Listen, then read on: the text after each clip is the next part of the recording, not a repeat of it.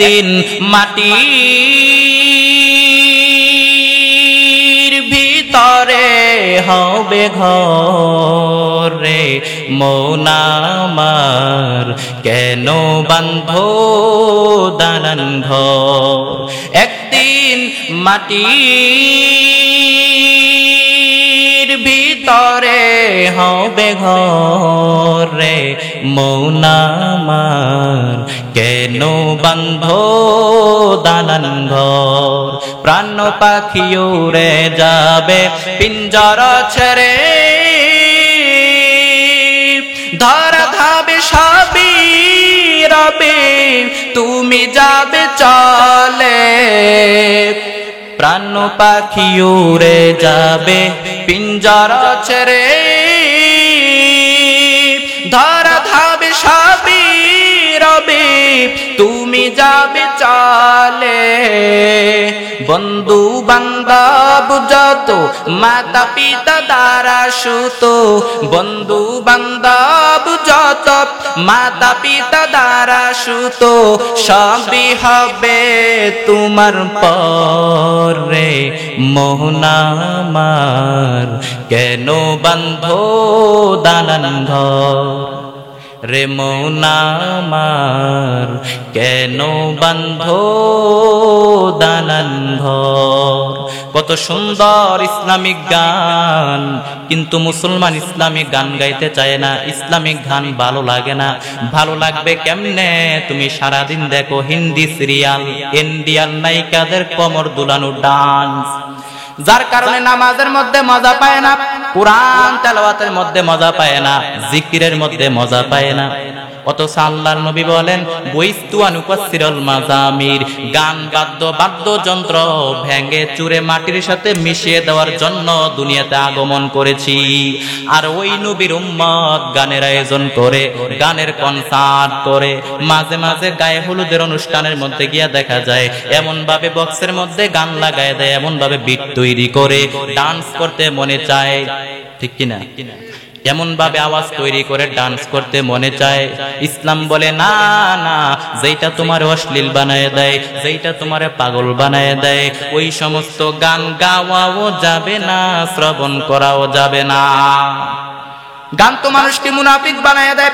আল গিনা ইয়ামবুতুন নিফাকি ফি কলবিহি, গান তো মানুষকে মুনাফিক বানায় দেয়। এজন্য আমরা গান গাইব না, গানের দিকে যাইব না। যে গান যৌবনের জ্বর তুলে দেয় ওই গান আমরা গাইব না, আমরা গাইব ইসলামের গান। এজন্য লুকমানে হাকিম বলেন, জিহ্বা যদি ভালো হয়, জিহ্বার চাইতে ভালো অঙ্গ দেহে হয় না। জিহ্বা যদি খারাপ হয়, জিহ্বার চাইতে খারাপ অঙ্গ আর দেহে হয় না। এই জিহ্বা দিয়ে যদি কোরআনের তেলাওয়াত করেন, এই জিহ্বা দিয়ে যদি সত্য সাক্ষী দেন, এই জিহ্বা দিয়ে যদি আপনি হককে সাপোর্ট করেন, এই জিহ্বা দিয়ে যদি আপনি ইসলামের পক্ষে স্লোগান দেন, হকের পক্ষে স্লোগান দেন, এই জিহ্বার চাইতে ভালো অঙ্গ আর দেহে হয় না। আর এই জিহ্বা দিয়ে যদি মানুষকে গালি দেন, এই জিহ্বা দিয়ে যদি মানুষকে কষ্ট দেন, এই জিহ্বা দিয়ে যদি মানুষের গীবত শিকায়ত করেন, এই জিহ্বার চাইতে খারাপ অঙ্গ আর দেহে হয় না। মিথ্যা সাক্ষ্য দেন, এই জিহ্বার চাইতে খারাপ অঙ্গ আর দেহে হতে পারে না। এরে আল্লাহর গোলাম, এজন্য জবানকে হেফাজত করব আমরা। জবান দিয়ে উল্টা পাল্টা কাজ আমরা করব না, গান গাইব না। এজন্য আমরা উল্টা পাল্টা কাজ করব না। এরে আল্লাহর গোলাম, আমরা এই জবান দিয়ে কোরআনের কথা শুনবো, কোরআনের গান গাইব, ইসলামের গান গাইব। আল্লাহর নবী বলেন, ইয়া আইয়ুহাল্লাযীনা আমানুত্তাকুল্লাহ, আল্লাহ তাআলা বলেন, ইয়া আইয়ুহাল্লাযীনা আমানুত্তাকুল্লাহা ওয়া কুলু কাওলান সাদীদা। জবানটারে হেফাজত করো, এই জবান দিয়ে যেন কোনো অপরাধ না হয়। কারণ হাত দিয়ে আঘাত করলে মলম লাগানো যায়, চিকিৎসা করা যায়, কিন্তু কথার আঘাত দিয়ে যদি কাউকে আঘাত দেয়, এখানে কোনো চিকিৎসা চলে না। আল্লাহর নবী বলেন, আল মুসলিমু মান সালিমাল মুসলিমুনা মিন লিসানিহি ওয়া ইয়াদিহি। খাঁটি মুসলমান ওই ব্যক্তি যার হাত এবং জবান দ্বারা মানুষ কষ্ট পায় নাকি শান্তি পায়? শান্তি পায়। আল্লাহর নবী বলেন দুইটা জিনিসের হেফাজত যদি করতে পারো আমি নবী তোমাকে জান্নাতে নেওয়ার জিম্মা নিব। এক নাম্বার হলো জবানের হেফাজত করো, দুই চোয়ালের মাঝখানের মাইয়াজমাল লিমা বাইনা লিহিয়াইহি ওয়া মা বাইনা রিজলাইহি আজমাল্লাহুল জান্নাহ। মায়ার নবী বলেন দুইটা জিনিস হেফাজতের জিম্মা নাও। এক নাম্বার হলো দুই চোয়ালের মাঝখানে জিহ্বার হেফাজত করো, দুই নাম্বারে দুই ঠ্যাঙ্গের মাঝখানে লজ্জাস্থানের হেফাজত যদি করতে পারো আমি নবী তোরে জান্নাতে নেওয়ার গ্যারান্টি দিলাম। हर के दारत खौफे हक दर दिल मदहम जन्नतुल मअवा दे हदे उरा मकाम जुज़बा हक ची से मखाज इंसुजा फजले उ आमस दर जुमला जहा। আরে আল্লাহর গোলাম, এতক্ষণ যে আমরা মুত্তাকিনদের আলোচনা করলাম, মুত্তাকিন মানে ওই ব্যক্তি যিনি আল্লাহকে ভয় করেন, যিনি আল্লাহকে ভয় করেন তার নাম হলো মুত্তাকিন। ইয়া আইয়ুহাল্লাযীনা আমানুত্তাকুল্লাহ, আল্লাহকে ভয় করব কাকে? ভয়ের নাম তাকওয়া, যিনি ভয় করবেন তার নাম হলো মুত্তাকিন। এজন্য আমরা আল্লাহকে ভয় করব। এর যুবক, আল্লাহকে ভয় করে চলো। যেই বান্দা আল্লাহকে ভয় করে চলবে ওই বান্দা কখনো গুনার দিকে যাইতে পারে না। আরে আল্লাহর গোলাম, বৃদ্ধ বাবাজিরা, যুবক, আল্লাহর ভয় অন্তরে ঢুকাও। আল্লাহকে ভয় করে চলো রে যুবক।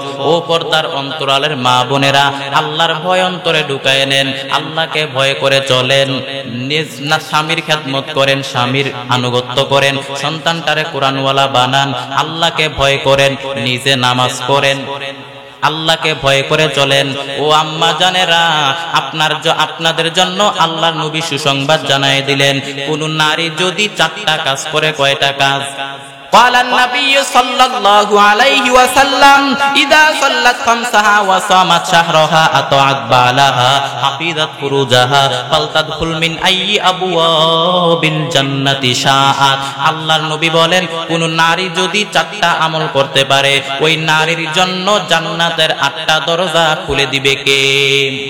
এক নাম্বার কাজ, ইদা সাল্লাত খামসাহা, কোন নারী যদি 5 বেলার নামাজ পড়ে, ওয়াসামাত শাহরহা, এবং রমজানের রোজা রাখে, আতাআত বালাহা, স্বামীর আনুগত্য করে, হাফিজাত ফুরুজাহা, লজ্জাস্থানের হেফাজত করে, সতীত্বের হেফাজত করে, ফালতাদখুল মিন আইয়ি আবওয়াবিল জান্নাতি শাআত, ওই নারীর জন্য, ওই মহিলার জন্য জান্নাতের 8টা দরজা খুলে দিবেন কে?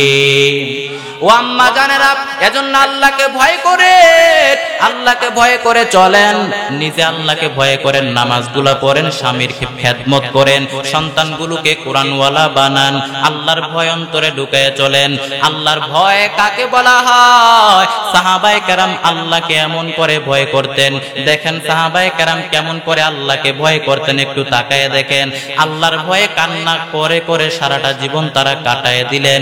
আবু বকর, ওমর, ওসমান, আলী রাদিয়াল্লাহু তাআলা আনহু আল্লাহকে এত পরিমাণ ভয় করতেন, সারাটা জীবন তাদের জীবনী আর ইতিহাস পড়লে শুধু কান্নার কান্না পাওয়া যায়। উমর রাদিয়াল্লাহু তাআলা আনহু আল্লাহকে ভয় করে কান্না করতেন, আবু বকর আল্লাহকে ভয় করে কান্না করতেন, সমস্ত সাহাবায়ে কেরাম আল্লাহকে এত পরিমাণ ভয় করে কান্না করতেন। উমরে ফারুক রাদিয়াল্লাহু তাআলা আনহু জান্নাতের টিকেট হাতে রেডি। দিনের বেলায় মানুষের বিচার করেন, রাত্রি বেলা বাড়ি বাড়ি ঘুরেন, কি সমস্যা খবর নেই। এক বাড়ির কিনারায় গিয়া দাঁড়ায় শুনেন, এক মা তার মেয়েকে বলে, ও সন্তান, বাজারে দুধ বিক্রি করতে নিতে গেলে পানির অংশ বেশি বাড়ায় দিবা। মেয়েটা ডাক দিয়া বলে, মা, উমর যদি খবর পায় আমাদের কল্লা কেটে ফেলবে। মা বলে, উমর তো দেখেও না শুনেও না, উমর কিন্তু ঘরের কিনারায়, দরজার কিনারায় দাঁড়াইয়া কথাগুলো শুনতেছেন। মেয়েটা ডাক দিয়া বলে, মা, উমর যদিও দেখবে না তবে আমার আল্লাহ তো দেখবে। আল্লাহর ভয় কেউ দেখবে না, কে দেখবেন? আল্লাহরে ফাঁকি দেওয়ার উপায় আসেনি। এজন্য আল্লাহকে ভয় করে চলেন, আর আল্লাহকে ডাক দিয়া বলেন, আয় আল্লাহ, এর যুবক আল্লাহর কাছে তওবা করে নাও। আয় আল্লাহ, জীবনে কত গুনাহ করলাম, কত অন্যায় করলাম, কত তোমার হুকুম বিধানগুলি আল্লাহ লঙ্ঘন করে ফেললাম, কত অন্যায় করে ফেললাম কেউ জানে না। আয় আল্লাহ তুমি আমাকে মাফ করে দাও। আরে আল্লাহর গোলাম, আল্লাহর কাছে যদি খাঁটি নিয়তে তওবা করতে পারো, আমাদের তওবা কবুল করে নিবেন কে? আমাদের গুনাহ নাই, পাপ নাই, অন্যায় নাই, এরকম একজন আল্লাহর ওলি এখানে পাওয়া যাবে? এজন্য আমরা আল্লাহর কাছে তওবা করব, ক্ষমা চাইব, আমাদের তওবা কবুল করে নিবেন কে? ইয়া আইয়ুহাল্লাযীনা আমানু তুবু ইলাল্লাহি তাওবাতান নাসুহা। আল্লাহ বলেন তওবা করো। তওবার মতো যদি তওবা করতে পারো, ক্ষমার মতো যদি ক্ষমা চাইতে পারো, চোখের পানি ছাড়ার মতো ছেড়ে যদি আমি আল্লাহর কাছে খাঁটি নিয়তে তওবা করতে পারো, আল্লাহ বলে বান্দা তোর তওবা করতে দেরি হবে, আমি আল্লাহ তোর জীবনের সব গুনাহ মাফ করতে দেরি করব না।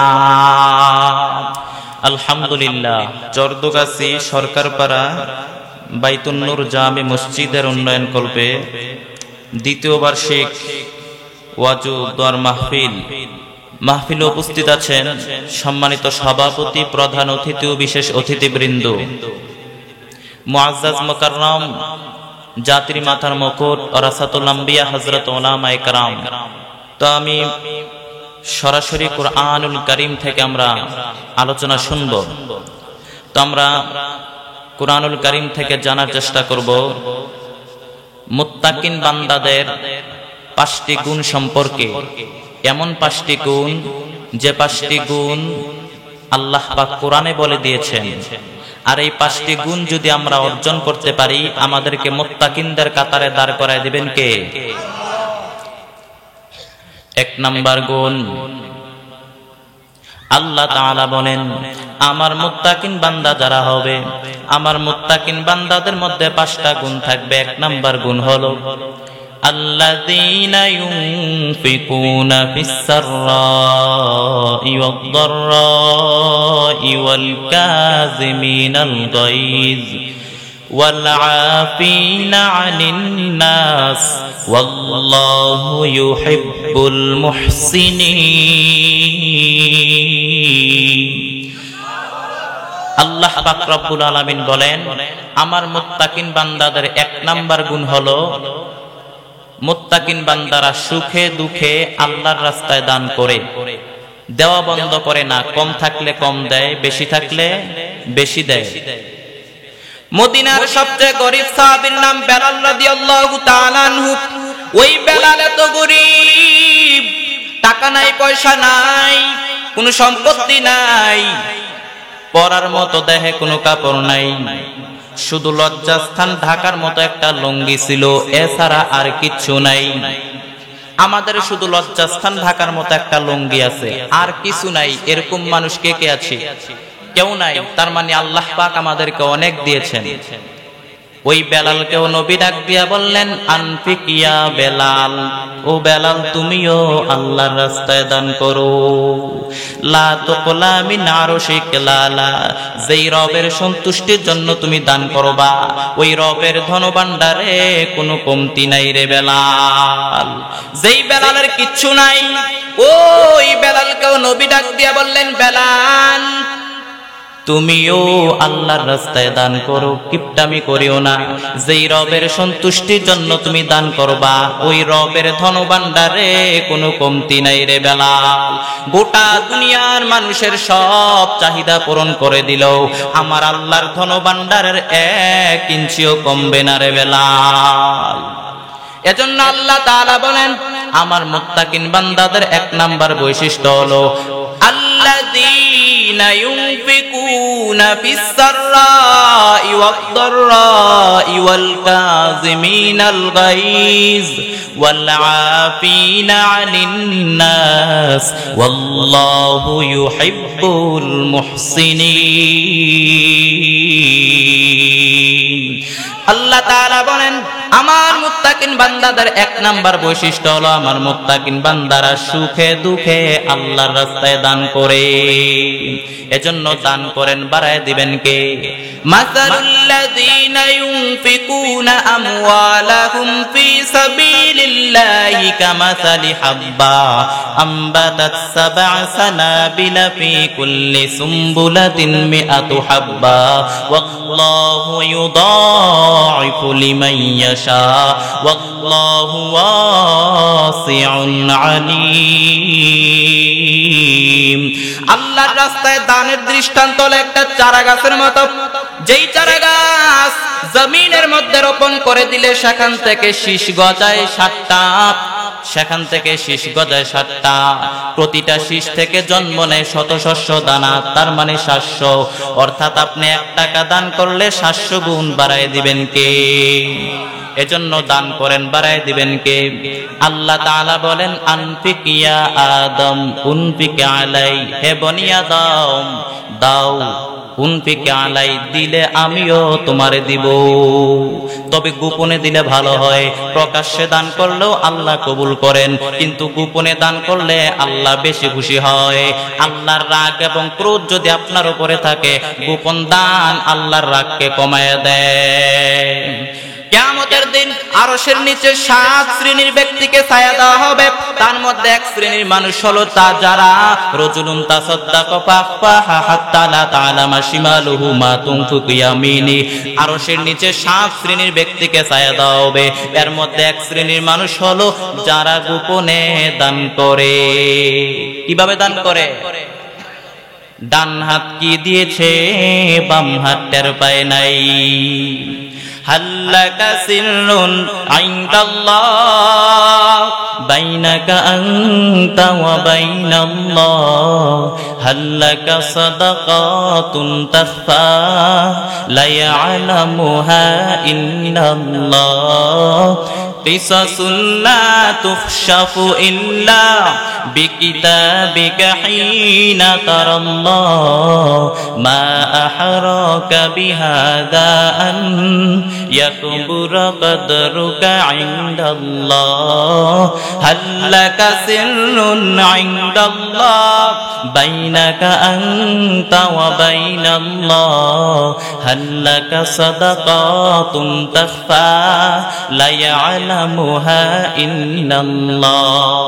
হাল্লাকা সিররুন ইনদাল্লাহ, তোমার আর তোমার রবের মাঝে এমন কোন গোপন কোন দান আছে নাকি যেটা তুমি আর তোমার রব ছাড়া কেউ দেখে নাই? ওই দানটা আল্লাহ পছন্দ করেন বেশি। কিয়ামতের দিন যারা দুনিয়ার জমিনে সচ্ছল এবং অসচ্ছল অবস্থায় দান করেছে, কিয়ামতের দিন তারা তাদের আমলনামা দেখে অবাক হয়ে যাবে আর আল্লাহকে ডাক দিয়ে বলবে, আল্লাহ দুনিয়ার জমিনে তো আমি এত পরিমাণ ভালো কাজ করি নাই, দুনিয়ার জমিনে তো এত পরিমাণ নেক কাজ আমি করি নাই, হয়তো তোমার ফেরেশতারা ভুল করে আরেকজনেরটা আমারে ধরাই দিছে। আল্লাহ বলবে, না না, আমার ফেরেশতারা কখনো ভুল করে না, তোমার আমলনামা তোমার হাতেই পৌঁছেছে। দানকারী বলবে, আল্লাহ দুনিয়ার জমিনে তো আমি এত পরিমাণ ভালো কাজ করি নাই, এত পরিমাণ নেক আমল করি নাই, কেমন করে এত আমলের পাহাড়? আল্লাহ তাআলা ডাক দিয়া বলবেন, ওই যে তুমি আমি আল্লাহর সন্তুষ্টির জন্য দান করেছিলে, তোমার এই ছোট্ট দানটাকে আমি আল্লাহ বড় করে উহুদ পাহাড়ের সমান করে তোমার আমলনামায় ঢুকাই দিয়েছি। কামাই রব্বি আহাদুকুম খুলুয়া, তোমরা যেমনই করে তোমাদের গাভীর বাছুর পালো, ঠিক তেমনই করে আমিও তোমার ওই দানটাকে পালছি, যেটা আমি আল্লাহর সন্তুষ্টির জন্য দিয়েছিলে। তোমার ওই দানটাকে, ছোট্ট দানটাকে পেলে পোষে বড় করে তোমার আমলনামায় উহুদ পাহাড়ের সমান করে তোমার আমলনামায় ঢুকাই দিয়েছি।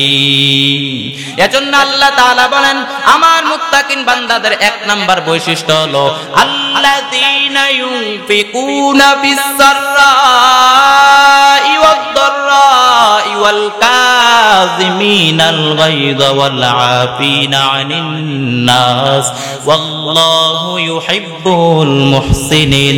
আল্লাহ তাআলা বলেন, আমার মুত্তাকিন বান্দাদের 1 নাম্বার বৈশিষ্ট্য হলো আমার মুত্তাকিন বান্দারা সুখে দুঃখে সব সময় দান করে। কার জন্য? এজন্য আমরা দান করব। এরপর আল্লাহ তাআলা বলেন, আমার মুত্তাকিন বান্দাদের 2 নাম্বার গুণ ওয়াল কাযিমিনাল গায়জ, আমার মুত্তাকিন বান্দারা তারা তাদের রাগকে হজম করে, রাগকে নিয়ন্ত্রণ করে, ক্রোধকে সংবরণ করে। রাগ আমাদের অনেকের অনেক রাগ, রাগের সময় হিতাহিত জ্ঞান থাকে না। রাগ অনেক ভয়ঙ্কর, কারণ সে কি করে কি বলে সে নিজেও জানে না। পৃথিবীর প্রত্যেকটি মানুষই রাগী, কেউ কম কেউ বেশি। রাগ অনেকটা ঝড়ের মতো, ঝড় যেমনি করে একদিক থেকে এসে সবকিছু লন্ডভন্ড করে দিয়ে অন্য দিক দিয়ে চলে যায়, ঠিক তেমনি ভাবে রাগ যখন এসে যায় তখন বোঝা যায় না, কি যে করে ফেলে টের পাওয়া যায় না। আবার রাগ যখন চলে যায় তখন বলে হায় রে আমি এটা কি করলাম, এটা কি করলাম আমি, ঠিক কিনা? এই রাগে মারামারি, এই রাগে সম্পর্কের অবনতি হয়, স্বামী স্ত্রী বিচ্ছেদ ঘটে, বাপ ছেলে মারামারি, বাপ কয় দেমু না তোরে কিচ্ছু দেমু না, ছেলে কয় দিবা নাকে, বাপ কয় দিলাম না তোরে, ছেলে কয় মারলাম তোমারে, বাপ কয় তেজ্য করলাম তোরে, ছেলে কয় কোপ দিলাম তোমারে, ঠিক কিনা? এজন্য আল্লাহ বলেন আমার মুত্তাকিন বান্দাদের 2 নাম্বার গুণ হলো, আমার মুত্তাকিন বান্দারা তারা তাদের রাগকে হজম করে, তারা অল্পতে রেগে যায় না, তারা তাদের রাগকে কন্ট্রোল করতে জানে। আল্লাহর নবী বলেন লাইসাশ শাদীদু বিসরাব, ভালো করে বুঝেন, কুস্তি লড়াই করে যে ব্যক্তি অন্যকে মাটির মধ্যে শোয়ায় ফেলতে পারে সে শক্তিশালী নয়, বরং ইন্নামাশ শাদীদুল্লাযী ইয়ামলিকু নাফসাহু ইনদাল গদব, বরং যেই ব্যক্তি রাগের সময় নিজের উপরে নিয়ন্ত্রণ রাখতে পারে ওই ব্যক্তি আল্লাহর কাছে সবচাইতে শক্তিশালী। এক একটা কথার ওজন কত দেখছেন? যে ব্যক্তি কুস্তি লড়াই করে অন্যকে মাটির মধ্যে শোয়ায় ফেলতে পারে সে শক্তিশালী নয়, বরং যেই ব্যক্তি রাগের সময় নিজের উপরে নিয়ন্ত্রণ রাখতে পারে ওই ব্যক্তি সবচাইতে বেশি শক্তিশালী আল্লাহর কাছে। আরে আল্লাহর গোলাম, এজন্য আমরা রাগকে কন্ট্রোল করার চেষ্টা করব। এক সাহাবী এসে বললেন ও পয়গম্বর আউসিনি ইয়া রাসূলুল্লাহ, ও নবী আমাকে কিছু নসিহত করেন। আল্লাহর নবী বললেন সাহাবী তুমি রেগে যেও না। সাহাবী বললেন ও নবী আমারে আবার নসিহত করেন। আল্লাহর নবী বললেন সাহাবী তুমি রেগে যেও না। সাহাবী বললেন শুনলাম তো এটা আরেকটা কিছু কোন। আল্লাহর নবী বললেন সাহাবী তুমি রেগে যেও না। রদ্দাদা মিরারান, বারবার যখন সাহাবী নবীর কাছে নসিহত চাইলো আমার নবী একটাই নসিহত করলেন ও সাহাবী তুমি রেগে যেও না, কারণ রেগে গেলেন তো হেরে গেলেন। ওরা আপনাকে রাগাতে চাইবে, আপনি ঝগড়া করতে চান না, ওরা আপনার পায়ে পাড়া দিয়ে আপনাকে ঝগড়া নামাতে চাইবে, আপনাকে অস্থির করে দিতে চাইবে, আপনাকে পাগল বানায় দিতে চাইবে। কিন্তু ফর্মুলা আমাদের জানা আছে না নাই? আমরা কোরআন রচিত ফর্মুলায় চলবো, হাদিস রচিত ফর্মুলায় চলবো, কোন ব্যক্তির বানানো ফর্মুলায় আমরা চলি না। আরে আল্লাহর গোলাম, এজন্য রাগকে আমরা কন্ট্রোল করব। হযরত আনাস রাদিয়াল্লাহু তাআলা আনহু রাসূলের খাদেম ছিলেন। হযরত আনাস বলেন কুলতু আমশি মা রাসূলিল্লাহ, আমি আল্লাহর রাসূলের সাথে কোথাও যাচ্ছিলাম, ওয়া আলাইহি বারদুন নাজরানি, রাসূল সাল্লাল্লাহু আলাইহি ওয়াসাল্লামের গায়ে ছিল নাজরান থেকে আনা একটি চাদর, তবে চাদরের কর্নারের ডিজাইন ছিল খসখসে। হঠাৎ করে এক বেদুইন এসে চাদর ধরে দিল টান, টান দেওয়াতে রসুলের ঘাড়ের চামড়া মুবারক ছিঁড়ে গিয়েছে। রসুল খুব ব্যথা পেয়েছেন। টান দিয়ে সে বলতেছে হে মুহাম্মদ মুররি মিম্মা আলিল্লাহ, বাইতুল মাল থেকে আমার কিছু সম্পদ দাও, আমার খাওয়ার মতো কিছু নাই, বাইতুল মাল থেকে আমার কিছু সম্পদ দাও, কিছু টাকা দাও। ভিক্ষা চাওয়ার স্টাইল দেখছেন? আসছে ভিক্ষা চাইতে, কিন্তু চাদর ধরে দিছে টান, টান দেওয়াতে রসুলের ঘাড়ের চামড়া মুবারক ছিঁড়ে গিয়েছে। রসুল খুব ব্যথা পেয়েছেন। ফালতাবাতা ইলাইহি রাসূলুল্লাহ, আল্লাহর নবী তার চেহারার দিকে তাকাইলেন, তাকানো মাত্র একটা মুস্কি হাসি দিয়া দিলেন। আর আমরা হইলে ধৈরা মায়ের কুবা শামসু, কিন্তু আল্লাহর নবী তার চেহারার দিকে তাকাইলেন, চেহারার দিকে তাকাই একটা মুস্কি হাসি দিয়ে দিলেন আর বললেন যাও বাইতুল মাল থেকে তার কিছু টাকা দিয়া দাও, কিছু সম্পদ দিয়া দাও। তার মানে আল্লাহর নবীর উপরে যত আক্রমণই আসতো না কেন, আল্লাহর নবীর উপরে যত আঘাতই আসতো না কেন, আমার নবী রেগে যাইতেন না। কিন্তু আল্লাহর জমিনে আল্লাহর বিধান যখন লঙ্ঘিত হতো তখন আমার নবী রেগে যাইতেন। এক সাহাবী ডাক দিয়ে বললেন, ও পয়গম্বর, আমাদের এলাকায় এমন এক ইমাম পাঠিয়েছেন, বড় বড় সূরা দিয়া নামাজ পড়ায়। ও নবী, আমরা কৃষক সাহাবী, ওই সাহাবীর পেছনে নামাজ পড়তে আমাদের খুব কষ্ট হয়, আমাদের খুব কষ্ট হয়। আল্লাহর নবী রেগে গেলেন, তাকে ডাকলেন, ডেকে ধমকাইলেন, আর ডাক দিয়া বললেন, খবরদার, ইসলামকে কঠিন করে দিও না, মানুষকে দিন থেকে ভাগিয়ে দিও না, ইসলামকে মানুষের সামনে উপস্থাপন করো। ইসলাম হলো সহজ, ইসলামের মধ্যে কোনো কাঠিন্য নাই। আমরা ইসলামকে কঠিন করে ফেলি। ফরজ লয়ে কোনো টেনশন নাই, নফল লয়ে মারামারি আছে না নাই? আরে আল্লাহর গোলাম, এজন্য ইসলামকে কঠিন করে দেওয়া যাবে না, ইসলামকে সহজ করে মানুষের সামনে উপস্থাপন করো। কারণ তোমার পেছনে অসুস্থ লোক থাকতে পারে, মুসাফির থাকতে পারে, এজন্য সুযোগ পাইয়াই কেরাত লম্বা করা যাবে না। তার মানে আল্লাহর নবীর উপরে যত আক্রমণে আসতো না কেন, যত আঘাতই আসতো না কেন, আমার নবী রেগে যাইতেন না। কিন্তু আল্লাহর জমিনে আল্লাহর বিধান যখন লঙ্ঘিত হতো তখন আমার নবী রেগে যাইতেন। আল্লাহর নবীর জামানায় বনু মাখজুমিয়া গোত্রের এক নারী চুরিতে ধরা পড়ল। আল্লাহর নবীর জামানায় বনু মাখজুমিয়া গোত্রের এক নারী চুরিতে ধরা পড়ল। বড় সম্ভ্রান্ত পরিবারের মহিলা, বড় ধনাঢ্য মহিলা। এখন সাহাবায়ে কেরাম চিন্তা করলো, এখন যদি নবী কোরআনের আইন বাস্তবায়ন করতে গিয়া যদি ওই মহিলার হাত কেটে দেয় তাহলে মদিনায় ঝামেলা হবে, মদিনায় মারামারি হবে, নতুন করে দাঙ্গা বাঁধবে। সব সাহাবায়ে কেরাম নবীকে ডাক দিয়া বললেন, ও পয়গম্বর, আপনি ওই মহিলার হাত কেটে দিয়েন না। ওই মহিলা বড় সম্ভ্রান্ত পরিবারের মহিলা, বড় ধনাঢ্য মহিলা। ওই মহিলার হাত কাটলে মদিনায় ঝামেলা হতে পারে, মদিনায় মারামারি হবে। ও নবী, ওই মহিলার হাত কেটে দিয়েন না।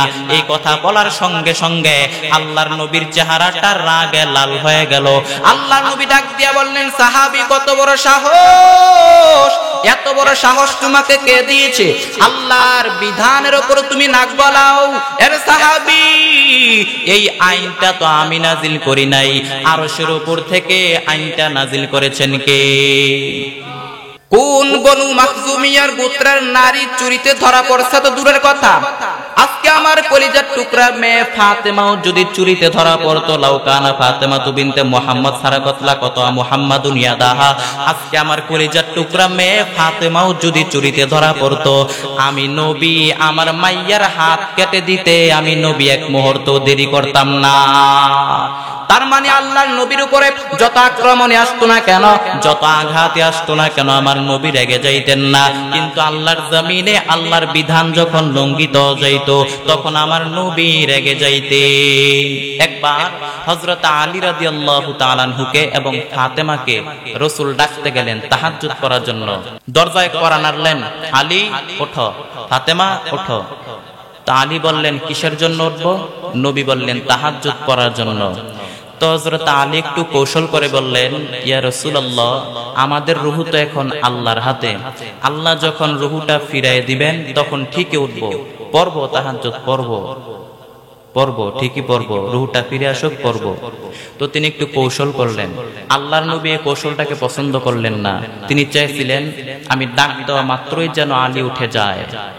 আল্লাহর নবী রেগে গেলেন, রাগে নিজের রানের উপরে থাপড়াইতে লাগলেন আর বলতে লাগলেন, ওয়া কানাল ইনসানু আকসারা শাইইন জাদালা, হায়রে মানুষ কত ঝগড়া করতে জানে, মানুষ কত তর্ক করতে জানে, নিজের রানের উপরে নিজে ঝালমিটায়। তার মানে আল্লাহর জমিনে আমার নবীর উপরে যত আক্রমণে আসতো না কেন, আমার নবীর উপরে উটের পরটা নারী বুড়ি চাপাই দিলেও আমার নবী রেগে যাইতেন না। কিন্তু আল্লাহর জমিনে আল্লাহর বিধান যখন লঙ্ঘিত হতো, আল্লাহর আইন যখন লঙ্ঘিত হয়ে যাইত, তখন আমার নবী রেগে যাইতেন। ঠিক কিনা? উল্টা পাল্টা রাগ করা যাবে না। এজন্য রাগটাকে আমরা ইসলামের পক্ষে কাজে লাগাবো। এখন আসেন কিভাবে রাগ কমানো যায় জানার দরকার আছে না নাই? রাগ কমানোর পদ্ধতি চারটি। কয়টি পদ্ধতি?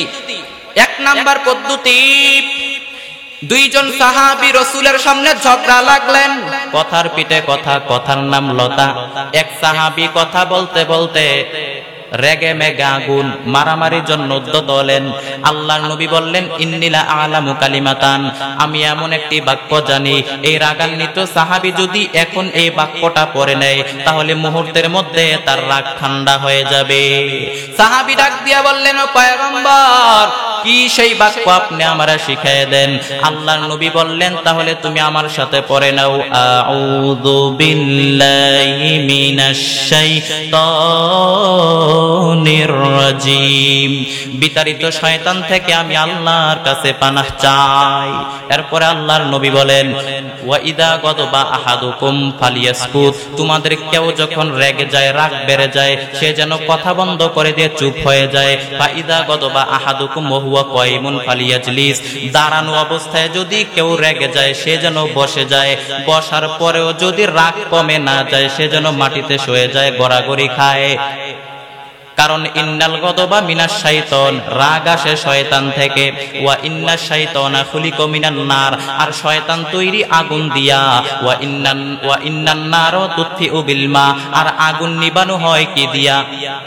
পানি দিয়া। এজন্য আল্লাহর নবী বলেন, ফাইদা গদবা আহাদুকুম ফালিয়াতাওয়াদ্দা, এজন্য তোমাদের কারো যখন রাগ বেড়ে যায় সে যেন ঠান্ডা পানি দিয়ে ওযু করে নেয়। দেখছেন কত সুন্দর পদ্ধতি। প্রথমে বললেন রাগ যদি উঠে যায় সে যেন কথা বন্ধ করে দিয়ে চুপ হয়ে যায়, দাঁড়ানো অবস্থায় যদি কেউ রেগে যায় সে যেন বসে পড়ে, বসার পরেও যদি রাগ কমে না যায় সে যেন মাটিতে শুয়ে যায়, গড়াগড়ি খায়। এরপরে বললেন রাগ আসে শয়তান থেকে, শয়তান তৈরি আগুন দিয়ে, আর আগুন নিবানো হয় কি দিয়ে? পানি দিয়ে। এজন্য আল্লাহর নবী বলেন, ফাইদা গদবা আহাদুকুম ফালিয়াতাওয়াদ্দা, তোমাদের কারো যখন রাগ বেড়ে যায় সে যেন কথা বন্ধ, সে যেন ঠান্ডা পানি দিয়ে ওযু করে নেয়। তার মানে রাগ কমানোর পদ্ধতি কয়টি? চারটি পদ্ধতি। এক নাম্বার পদ্ধতি কি? আউযু বিল্লাহি মিনাশ শাইতানির রাজিম। এরপরে 2 নাম্বার পদ্ধতি হলো কথা বন্ধ করে দিয়ে চুপ হয়ে যাওয়া। 3 নাম্বার পদ্ধতি হলো বসে যাওয়া বা শুয়ে পড়া। 4 নাম্বার পদ্ধতি কি? ঠান্ডা পানি দিয়ে ওযু করা। এই 4টি পদ্ধতিতে যদি আপনি আপনার রাগ কমাইতে চান, আপনার রাগ কমাই দিবেন কে? এজন্য আল্লাহ তাআলা বলেন, আমার মুত্তাকিন বান্দাদের 2 নাম্বার গুণ, ওয়াল্লাযীনা ইউনফিকুনা ফিস সাররাই ওয়াদ-দাররাই ওয়াল কাযিমিনাল গায়জ। আমার মুত্তাকিন বান্দাদের 2 নাম্বার গুণ হলো, আমার মুত্তাকিন বান্দারা তারা তাদের রাগকে হজম করতে জানে, তারা অল্পতে রেগে যায় না, তারা তাদের রাগকে কন্ট্রোল করতে জানে। এজন্য আমরা রাগকে কন্ট্রোল করব, বলেন আমিন। এরপর আল্লাহ তাআলা বলেন, আমার মুত্তাকিন বান্দাদের 3 নাম্বার গুণ, ওয়াল্লাফিনা আনিন নাস। আমার মুত্তাকিন বান্দারা মানুষকে মাফ করে দেয়। আসলে আমরা মাফ করতে চাই না, আমরা শুধু রাগ দেখাই। কিন্তু ভাই, আপনি যদি মুত্তাকিন বান্দা হতে চান তাহলে মানুষকে মাফ করতে হবে। আল্লাহ পাক রব্বুল আলামিন আমাদেরকে মাফ করেন, আমরা কি চাই? তাহলে নিজেরা আগে নিজেদেরকে ক্ষমা করতে হবে। ক্ষমা পেতে হলে ক্ষমা করা লাগবে। মা যাদাল্লাহু আবদান বিআফুইন ইল্লা আযযা। কোন বান্দা যদি অন্য কোন বান্দাকে মাফ করে দেয়, আমার আল্লাহ তার সম্মান আরো বাড়ায়া দেয়। ওয়া তাকবিরু ফা ইন্নাল্লাহা গফুরুর রহিম। তুমি যদি অন্যের ভুল ত্রুটি ক্ষমা করে দাও, তোমার ভুল ত্রুটিও মাফ করে দিবেন কে? এজন্য মানুষকে মাফ করে দেন, নিজেও আল্লাহর কাছে ক্ষমা চান। আল্লাহুম্মা ইন্নাকা আফুউন কারীম। আয় আল্লাহ, তুমি ক্ষমাশীল, তুহিব্বুল আফওয়া, তুমি ক্ষমা করাকে ভালোবাসো। ফাআফু আন্না, আমাদের সবাইকে মাফ করে দেন। এজন্য আল্লাহর কাছে ক্ষমা চান, আমাদেরকে মাফ করে দিবেন কে? এজন্য আমরা আল্লাহর কাছে ক্ষমা চাইবো। যারা আল্লাহর কাছে ক্ষমা চায়, আমার আল্লাহ তাদেরকে ক্ষমা করে দেয়। ক্ষমা করার মালিক কে? ক্ষমা করার মালিক একমাত্র আমার আল্লাহ। এজন্য ক্ষমা পেতে হলে ক্ষমা করা লাগবে। আল্লাহর নবী সাল্লাল্লাহু আলাইহি ওয়াসাল্লাম তায়েফের ময়দানে আমার নবীকে তিনবার রক্তাক্ত করে দিল, আমার নবীকে তিনবার বেহুশ করে দিল, রক্তাক্ত করে দিল। তারপর আমার নবী কিছু বলেন নাই, কিছু করেন নাই। মক্কার কাফের বেঈমানরা আমার নবীর উপরে এত আক্রমণ করলো। মক্কা বিজয়ের পর সমস্ত কাফের বেঈমানরা আমার নবীর পায়ের সামনে বসে থরথর করে যখন কাঁপছিল, তখন তারা ভেবেছিল আমরা মুহাম্মদের সাথে যেই কঠিন অমানবিক আচরণ করেছি, মুহাম্মদ মনে হয় আমাদের সাথে ঠিক তেমন আচরণ করবে, ঠিক তেমন আচরণ করবে। কিন্তু আল্লাহর নবী এরকম তাদের মক্কার কাফের বেঈমান মুশরিকদের এমন অবস্থা দেখে আল্লাহর নবী ঘোষণা দিয়ে দিলেন, আজকে তোমাদের কারোর প্রতি আমার কোনো রাগ নাই, আজকে তোমাদের কারোর প্রতি আমার কোনো ক্ষোভ নাই, আজকে তোমাদের কারোর প্রতি আমার কোনো রাগ নাই, কোনো প্রতিশোধ নাই। ইযহাবু ফাআনতুমুত তুলাকা, আমি তোমাদের সবাইকে স্বাধীন করে দিলাম, তোমাদের সবাইকে আমি মাফ করে দিলাম। ঐতিহাসিকরা অবাক হয়েছে আল্লাহর নবী সাল্লাল্লাহু আলাইহি ওয়াসাল্লামের এই বিশাল দিল দরিয়া দেখে। ঐতিহাসিকরা অবাক হয়েছে, তারা বলতে বাধ্য হয়েছে পৃথিবীর ইতিহাসে এরকম ক্ষমার নজির আজ পর্যন্ত দ্বিতীয় কেউ দেখাতে পারে নাই। আল্লাহু আকবার বলেন। আরে আল্লাহর গোলাম, আমার নবীর মতো এরকম ক্ষমার নজির কেউ দেখাতে পারে নাই। এজন্য আল্লাহ তাআলা বলেন আমার মুত্তাকিন বান্দাদের 3 নাম্বার বৈশিষ্ট্য হলো ওয়াল আফিনা আনিন নাস। আমার মুত্তাকিন বান্দারা মানুষকে maaf করে দেয়, তারা কারো ব্যাপারে হৃদয়ে কোনো রাগ ক্ষোভ অন্তরে পোষে রাখে না, তারা মানুষকে maaf করে দেয়। যারা maaf করে দেয় তারা অনেক ভালো থাকে জানেন। গবেষকরা গবেষণা করে বলেছেন যারা মানুষকে মাফ করতে পারে না, ক্ষমা করতে পারে না, তাদের রোগ বালাই বেশি, তাদের কষ্ট বেশি, তাদের হার্ট অ্যাটাক করার মতো রোগ বেশি। আর যারা মানুষকে মাফ করে দেয়, ক্ষমা করে দেয়, তারা অনেক শান্তিতে থাকতে পারে, ভালো থাকতে পারে। এজন্য আমরা মানুষকে মাফ করে দিব, আমাদেরকেও মাফ করে দিবেন কে? আরে আল্লাহর গোলাম, এজন্য আল্লাহ তাআলা বলেন আমার মুত্তাকিন বান্দাদের 3 নাম্বার বৈশিষ্ট্য হলো আমার মুত্তাকিন বান্দারা মানুষকে maaf করে দেয়, তারা কারো ব্যাপারে অন্তরে কোনো রাগ ক্ষোভ অন্তরে বসে রাখে না, তারা মানুষকে maaf করে দেয়। আল্লাহর নবী সাল্লাল্লাহু আলাইহি ওয়াসাল্লাম কোন একটা মজলিসের মধ্যে একজন আনসারী সাহাবীর ব্যাপারে ঘোষণা দিলেন, এখন যে সাহাবী আসে এই জায়গার মধ্যে বসবে ওই সাহাবী জান্নাতি। সাহাবী এসে ওইখানে বসলেন, সবাই তো অবাক, কিরে এই সাহাবী জান্নাতি? আমাদের কারো ব্যাপারে নবী এমন কথা বললেন নাই, এই সাহাবী জান্নাতি? আবার কয়েকদিন পর আল্লাহর নবী আরেকটা মজলিসের মধ্যে ঘোষণা করলেন, এখন যেই সাহাবী এসে এখানে বসবে ওই সাহাবী জান্নাতি। সবাই তো অবাক, সবাই তাকায় দেখলো, খেয়াল করে দেখলো আগের মজলিসে নবী যে লোকটাকে জান্নাতি বলে ঘোষণা করেছেন ঠিক সেই লোকটাই এখানে এসে বসেছে। আবার তৃতীয় দিন আল্লাহর নবী আরেকটা মজলিসের মধ্যে ঘোষণা করলেন, নবী ডাক দিয়া বললেন এখন একজন ব্যক্তি এখানে এসে বসবে, ওই ব্যক্তি জান্নাতি। সবাই তো অবাক, আমাদের কারো ব্যাপারে নবী এমন ঘোষণা দিলেন না, কি এমন আমল আছে ওই সাহাবীর মধ্যে, কি এমন গুণ আছে যার কারণে স্বয়ং আল্লাহর নবী তাকে জান্নাতি বলে ঘোষণা করেছেন। এক সাহাবী মনে মনে চিন্তা করলো এটা তো সাধারণ কোনো কথা না, স্বয়ং আল্লাহর নবী তাকে 3বার জান্নাতি বলে 3টা মজলিসের মধ্যে জান্নাতি বলে ঘোষণা করেছেন। আজকে যেমন করেই হোক ওই সাহাবীর ভিতরের সব খবর আমাকে জানতেই হবে। সাহাবী পরিকল্পনা করে ওই আনসারী সাহাবীর বাড়িতে চলে গেলেন, ডাক দিয়া বললেন ভাই আমার আব্বার সাথে আমার কয়েকদিন ধরে ঝগড়া, আমি আপনার বাড়িতে মেহমান হয়ে এসেছি, আপনি যদি অনুমতি দেন তাহলে 3 দিন 3 রাত আমি আপনার বাড়িতে মেহমান হয়ে থাকতে চাই। আনসারী সাহাবী অনুমতি দিয়ে দিল। অনুমতি দেওয়ার পর তিনি থাকতে লাগলেন। কখন কোন সময় আনসারী সাহাবী কোথায় যায় তিনি ফলো করতে লাগলেন। 1 দিন 2 দিন 3 দিন ফলো করার পর তেমন কোনো বিশেষ আমল ওই সাহাবীর মধ্যে তিনি খুঁজে পান নাই।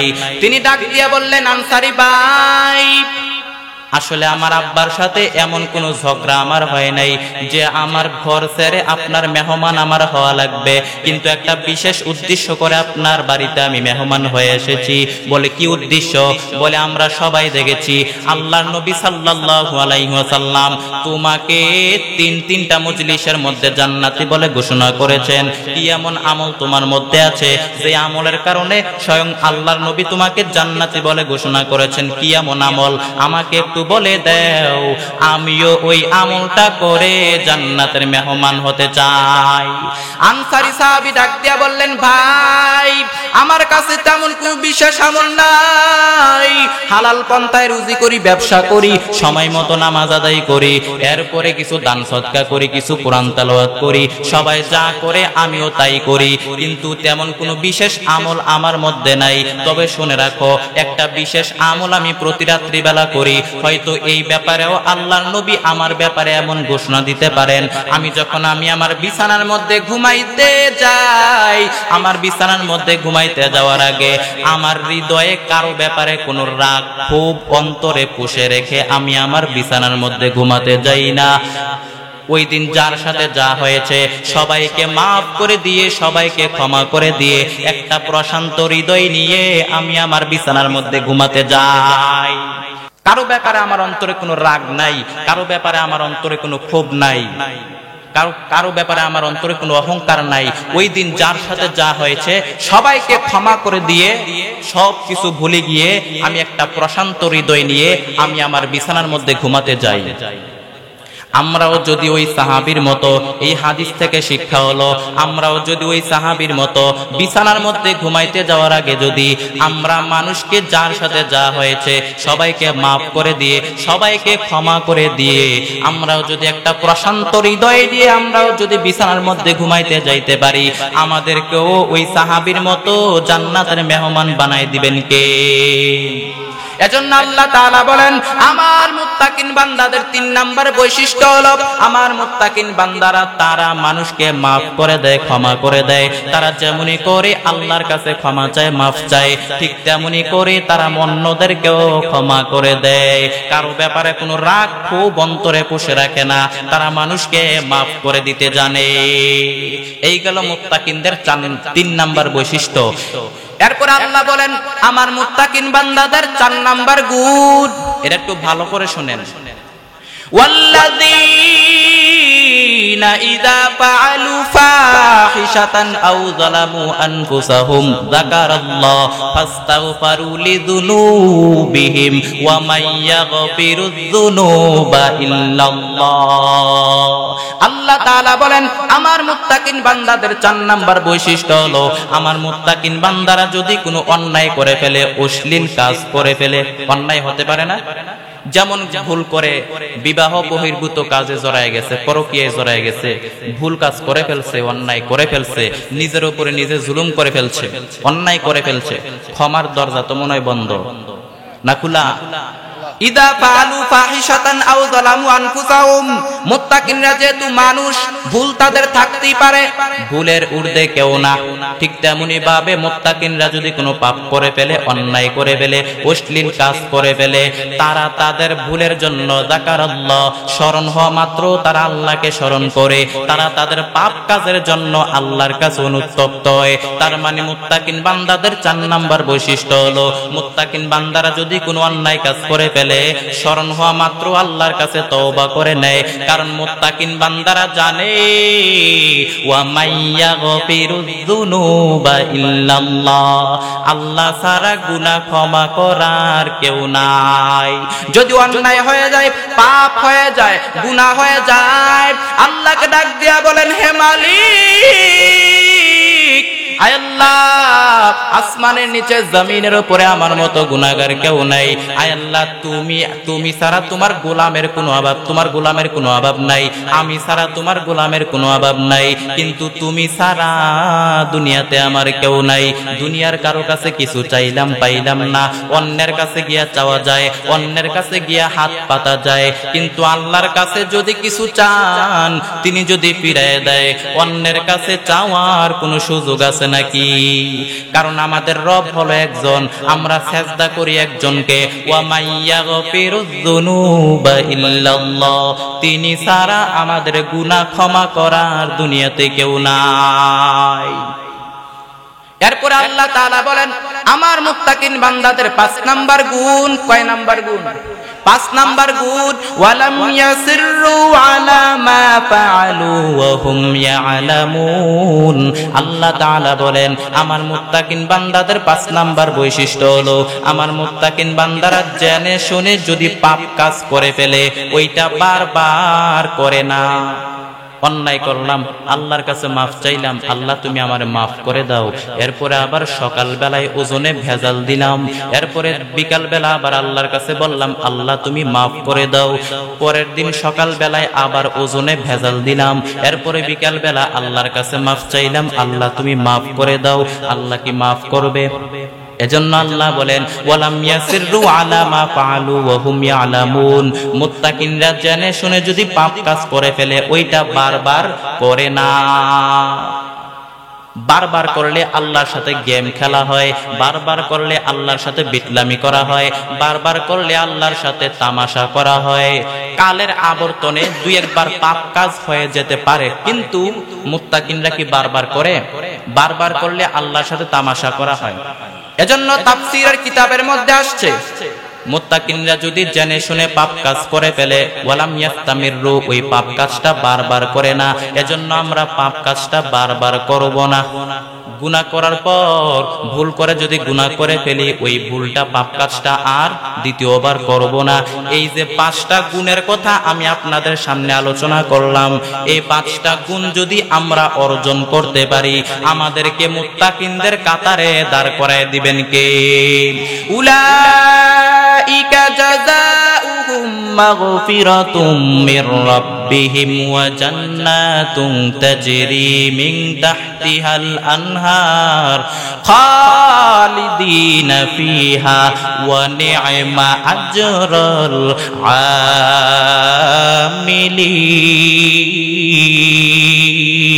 আমিলিন। আল্লাহ তাআলা বলেন আমার মুত্তাকিন বান্দাদের এই 5টা গুণ যদি কারো মধ্যে থাকে আমি আল্লাহ তাকে ক্ষমাও করে দিব, জান্নাতও দিয়া দিব। এই 5টা গুণ যদি কারো অন্তরে থাকে আল্লাহ তাকে ক্ষমাও করে দিবেন, জান্নাতও দিয়া দিবেন। এজন্য ডানে যাব না বামে যাব? ডানে আছে আল্লাহর ক্ষমা এবং জান্নাত, বামে আছে আল্লাহর রাগ এবং জাহান্নাম। আপনার সিদ্ধান্ত, আপনি কি ডান দিকে যাইবেন না বাম দিকে যাইবেন? ডান দিকে যদি যান পাইবেন আল্লাহর ক্ষমা এবং জান্নাত, বাম দিকে যদি যান মাইর আছে না নাই? এজন্য ডান দিকে যাব তাইলে পাইব আল্লাহর ক্ষমা এবং জান্নাত। আর তাহলে ক্ষমা এবং জান্নাত পাইতে হলে 5টা কাজ করতে হবে। কয়টা কাজ? 1 নম্বরে কি বলছিলাম? 1 নাম্বার ইনফিকুনা ফিস সাররা'i ওয়াদ দাররা, সুখে দুঃখে আল্লাহর রাস্তায় দান করা লাগবে। 2 নাম্বার ওয়াল কাযমিনাল গায়জ, রাগকে হজম করা লাগবে। 3 নাম্বার ওয়াল আফিনা আনিন নাস, মানুষকে maaf করে দিতে হবে। 4 নাম্বার পাপ কাজ হয়ে গেলে আল্লাহর কাছে তওবা করা লাগবে। 5 নাম্বার ওই পাপ কাজ বারবার করা যাবে না। তাহলে 1 নাম্বার কি বললাম? সুখে দুঃখে আল্লাহর রাস্তায় দান করতে হবে। 2 নাম্বার রাগকে হজম করা লাগবে। 3 নাম্বার মানুষকে মাফ করে দিতে হবে। 4 নাম্বার কি? পাপ কাজ করে ফেললে আল্লাহর কাছে তওবা করতে হবে। 5 নাম্বার পাপ কাজ বারবার করা যাবে না। এই 5টা গুণ যদি আমরা অর্জন করতে পারি আমাদেরকে মুত্তাকিনদের কাতারে দাঁড় করায় দিবেন কে? हर के दारत खौफे हक दर दिल मदहम जन्नतुल मअवा दे हद उरा मकाम जुज़बा हक ची से मखाज इंसुजा फजले उ आमस दर जुमला जहा। আরে আল্লাহর গোলাম, এতক্ষণ যে আমরা মুত্তাকিনদের আলোচনা করলাম, মুত্তাকিন মানে ওই ব্যক্তি যিনি আল্লাহকে ভয় করেন। যিনি আল্লাহকে ভয় করেন তার নাম হলো মুত্তাকিন। ইয়া আইয়ুহাল্লাযীনা আমানুত্তাকুল্লাহ, আল্লাহকে ভয় করব কাকে? ভয়ের নাম তাকওয়া। যিনি ভয় করবেন তার নাম হলো মুত্তাকিন। এজন্য আমরা আল্লাহকে ভয় করব। এর যুবক, আল্লাহকে ভয় করে চলো। যেই বান্দা আল্লাহকে ভয় করে চলবে, ওই বান্দা কখনো গুনার দিকে যাইতে পারে না। আরে আল্লাহর গোলাম, বৃদ্ধ বাবাজিরা, যুবক, আল্লাহর ভয় অন্তরে ঢুকাও। আল্লাহকে ভয় করে চলো রে যুবক। ও পর্দার অন্তরালের মা বোনেরা, আল্লাহর ভয় অন্তরে ঢুকায় নেন। আল্লাহকে ভয় করে চলেন। নিজ না স্বামীর খেদমত করেন, স্বামীর আনুগত্য করেন, সন্তানটারে কোরআনওয়ালা বানান। আল্লাহকে ভয় করেন, নিজে নামাজ পড়েন, আল্লাহকে ভয় করে চলেন। ও আম্মা জানেরা, আপনাদের জন্য আল্লাহর নবী সুসংবাদ জানাই দিলেন, কোন নারী যদি 4টা কাজ করে, কয়টা কাজ? قال النبي صلى الله عليه وسلم إذا صلت خمسها وصامت شهرها أطاعت بعلها حفظت فروجها فلتدخل من أي أبواب الجنة شاءت। আল্লাহর নবী বলেন, কোন নারী যদি 4টা আমল করতে পারে, ওই নারীর জন্য জান্নাতের 8টা দরজা খুলে দিবে কে? 1 নাম্বার কাজ, ইদা সাল্লাত খামসাহা, কোন নারী যদি 5 বেলার নামাজ পড়ে, ওয়াসামাত শাহরহা, এবং রমজানের রোজা রাখে, আতাআত বালাহা, স্বামীর আনুগত্য করে, হাফিজাত ফুরুজাহা, লজ্জাস্থানের হেফাজত করে, সতীত্বের হেফাজত করে, ফালতাদখুল মিন আইয়ি আবওয়াবিল জান্নাতি শাআত, ওই নারীর জন্য, ওই মহিলার জন্য জান্নাতের 8টা দরজা খুলে দিবেন কে? ও আম্মা জানেরা, এজন্য আল্লাহকে ভয় করে, আল্লাহকে ভয় করে চলেন। নিজে আল্লাহকে ভয় করেন, নামাজগুলো পড়েন, স্বামীর খেদমত করেন, সন্তানগুলোকে কোরআনওয়ালা বানান। আল্লাহর ভয় অন্তরে ঢুকায় চলেন। আল্লাহর ভয় কাকে বলা হয়? সাহাবায়ে কেরাম আল্লাহকে এমন করে ভয় করতেন। দেখেন সাহাবায়ে কেরাম কেমন করে আল্লাহকে ভয় করতেন, একটু তাকায় দেখেন। আল্লাহর ভয়ে কান্না করে করে সারাটা জীবন তারা কাটায় দিলেন। আবু বকর, ওমর, ওসমান, আলী রাদিয়াল্লাহু তাআলা আনহু আল্লাহকে এত পরিমাণ ভয় করতেন, সারাটা জীবন তাদের জীবনী আর ইতিহাস পড়লে শুধু কান্নার কান্না পাওয়া যায়। উমর রাদিয়াল্লাহু তাআলা আনহু আল্লাহকে ভয় করে কান্না করতেন। আবু বকর আল্লাহকে ভয় করে কান্না করতেন। সমস্ত সাহাবায়ে কেরাম আল্লাহকে এত পরিমাণ ভয় করে কান্না করতেন। উমরে ফারুক রাদিয়াল্লাহু তাআলা আনহু জান্নাতের টিকেট হাতে রেডি। দিনের বেলায় মানুষের বিচার করেন, রাত্রি বেলা বাড়ি বাড়ি ঘুরেন, কি সমস্যা খবর নেই। এক বাড়ির কিনারায় গিয়া দাঁড়ায় শুনেন, এক মা তার মেয়েকে বলে, ও সন্তান, বাজারে দুধ বিক্রি করতে নিতে গেলে পানির অংশ বেশি বাড়ায় দিবা। মেয়েটা ডাক দিয়া বলে, মা, উমর যদি খবর পায় আমাদের কল্লা কেটে ফেলবে। মা বলে, উমর তো দেখেও না, শুনেও না। উমর কিন্তু ঘরের কিনারায়, দরজার কিনারায় দাঁড়াইয়া কথাগুলো শুনতেছেন। মেয়েটা ডাক দিয়া বলে, মা, উমর যদিও দেখবে না, তবে আমার আল্লাহ তো দেখবে। আল্লাহর ভয় কেউ দেখবে না, কে দেখবেন? আল্লাহরে ফাঁকি দেওয়ার উপায় আসেনি। এজন্য আল্লাহকে ভয় করে চলেন। আর আল্লাহকে ডাক দিয়া বলেন, আয় আল্লাহ, এর যুবক আল্লাহর কাছে তওবা করে নাও। আয় আল্লাহ, জীবনে কত গুনাহ করলাম, কত অন্যায় করলাম, কত তোমার হুকুম বিধানগুলি আল্লাহ লঙ্ঘন করে ফেললাম, কত অন্যায় করে ফেললাম, কেউ জানে না। আয় আল্লাহ, তুমি আমাকে মাফ করে দাও। আরে আল্লাহর গোলাম, আল্লাহর কাছে যদি খাঁটি নিয়তে তওবা করতে পারো, আমাদের তওবা কবুল করে নিবেন কে? আমাদের গুনাহ নাই, পাপ নাই, অন্যায় নাই, এরকম একজন আল্লাহর ওলি এখানে পাওয়া যাবে? এজন্য আমরা আল্লাহর কাছে তওবা করব, ক্ষমা চাইব, আমাদের তওবা কবুল করে নিবেন কে? ইয়া আইয়ুহাল্লাযীনা আমানু তুবু ইলাল্লাহি তাওবাতান নাসুহা। আল্লাহ বলেন তওবা করো। তওবার মতো যদি তওবা করতে পারো, ক্ষমার মতো যদি ক্ষমা চাইতে পারো, চোখের পানি ছাড়ার মতো ছেড়ে যদি আমি আল্লাহর কাছে খাঁটি নিয়তে তওবা করতে পারো, আল্লাহ বলে, বান্দা তোর তওবা করতে দেরি হবে, আমি আল্লাহ তোর জীবনের সব গুনাহ মাফ করতে দেরি করব না। আল্লাহ তাআলা বলেন, কুল ইয়া ইবাদিয়াল্লাযীনা আসরাফু আলা আনফুসিহিম লা তাকনাতু মির রাহমাতিল্লাহ ইন্নাল্লাহা ইয়াগফিরুয যুনুবা জামিআ ইন্নাহু হুয়াল গফুরুর রহিম। আল্লাহ তাআলা বলেন, ও আমার আদরের প্রিয় বান্দারা, তোমরা যারা গুনাহ করেছো, অন্যায় করেছো, নিজেদের নফসের উপরে জুলুম করেছো, বিচার করেছো, লা তাকনাতু মির রাহমাতিল্লাহ, আমি আল্লাহর রহমত থেকে তোমরা নিরাশ হয়ে যেও না। ইন্নাল্লাহা ইয়াগফিরুয যুনুবা জামিআ, বলে আমি আল্লাহ তোমাদের জীবনের সব গুনাহ মাফ করে দিব।